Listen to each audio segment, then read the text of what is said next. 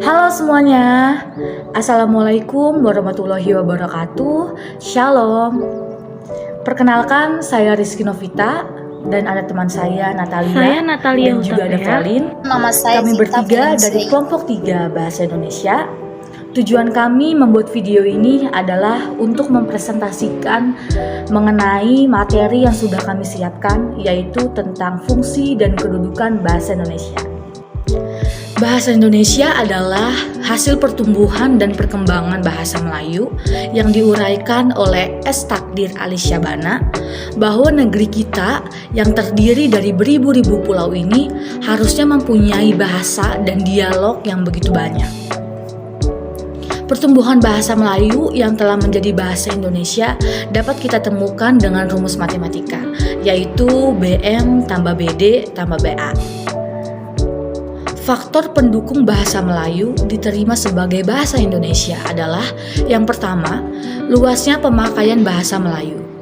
Dilihat dari bahasa Melayu, ternyata sudah dipakai sebelum abad ke-20 sebagai bahasa perantara atau lingua franca yang tidak dipakai di Nusantara tetapi juga digunakan di sebagian besar daerah Asia Tenggara. Yang kedua, diterimanya penggunaan bahasa Melayu dalam sastra. Faktor kedua ini yang diterimanya bahasa Melayu sebagai bahasa Indonesia karena banyak digunakan dalam hasil-hasil sastra, baik bahasa Melayu rendah maupun tinggi. Yang ketiga, penggunaan bahasa Melayu dalam persurat kabaran. Faktor ketiga ini penyebab diterimanya bahasa Melayu sebagai bahasa Indonesia adalah telah digunakan bahasa Melayu dalam surat kabar Nusantara. Faktor lainnya menyebabkan bahasa Melayu diterima sebagai bahasa Indonesia adalah yang pertama, letak geografis yang istimewa karena kediaman bangsa Melayu itu terletak di Selat Malaka yang menjadi lokasi penghubung perdagangan yang sangat penting antara barat dan timur di lingkungan Asia Tenggara. Yang kedua, sifat bangsa Melayu yang perantau dan penjelajah pulau-pulau. Yang ketiga, menjadi bahasa penghubung bagi kekuasaan politik kerajaan-kerajaan.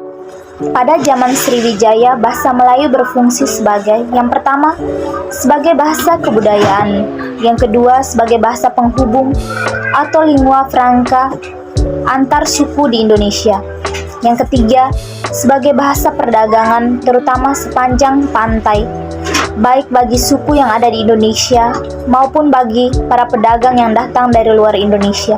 Yang keempat, bahasa resmi kerajaan. Fungsi bahasa Indonesia. Bahasa Indonesia memiliki fungsi sejalan dengan kedudukan, yaitu bahasa nasional, kedudukannya di atas bahasa daerah.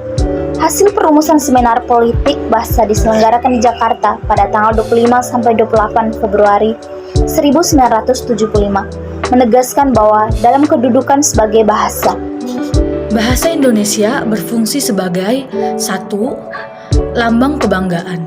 Seluruh bangsa Indonesia patut berbangga dengan adanya satu bahasa di antara berbagai daerah yang etis dan berbeda-beda. Yang kedua, lambang identitas. Bangsa Indonesia terdiri dari berbagai etnis atau suku bangsa, sehingga dengan kondisi ini bahasa Indonesia berfungsi sebagai lambang identitas. Yang ketiga, alat pemersatu berbagai suku bangsa. Bangsa Indonesia merupakan alat yang memungkinkan untuk menyatukan berbagai suku bangsa dengan latar sosial dan bahasa dalam kebangsaan. Dan yang keempat adalah alat perhubungan antara daerah dan budaya. Jika bangsa kita tidak memiliki satu bahasa, maka masalah utama yang muncul adalah hambatan komunikasi di antara suku bangsa.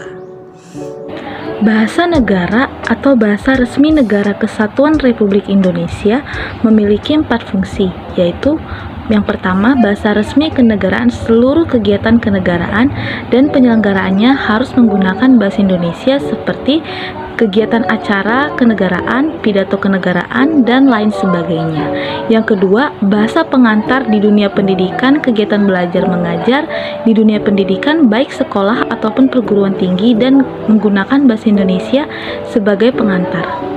Yang ketiga, alat perhubungan pada tingkat bahasa Indonesia sebagai alat perhubungan untuk kepentingan perencanaan dan pembangunan serta kepentingan pemerintah.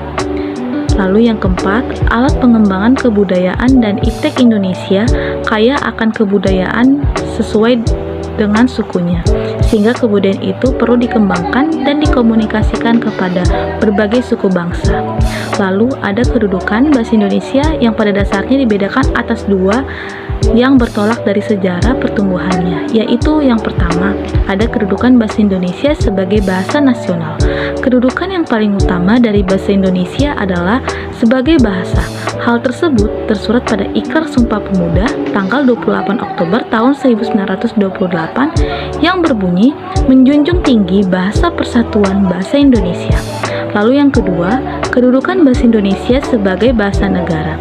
Seiring dengan Hari Kemerdekaan Indonesia pada tanggal 17 Agustus tahun 1945, besoknya tanggal 18 Agustus 1945 diakui dan disahkan keberadaan bahasa Indonesia sebagai bahasa negara.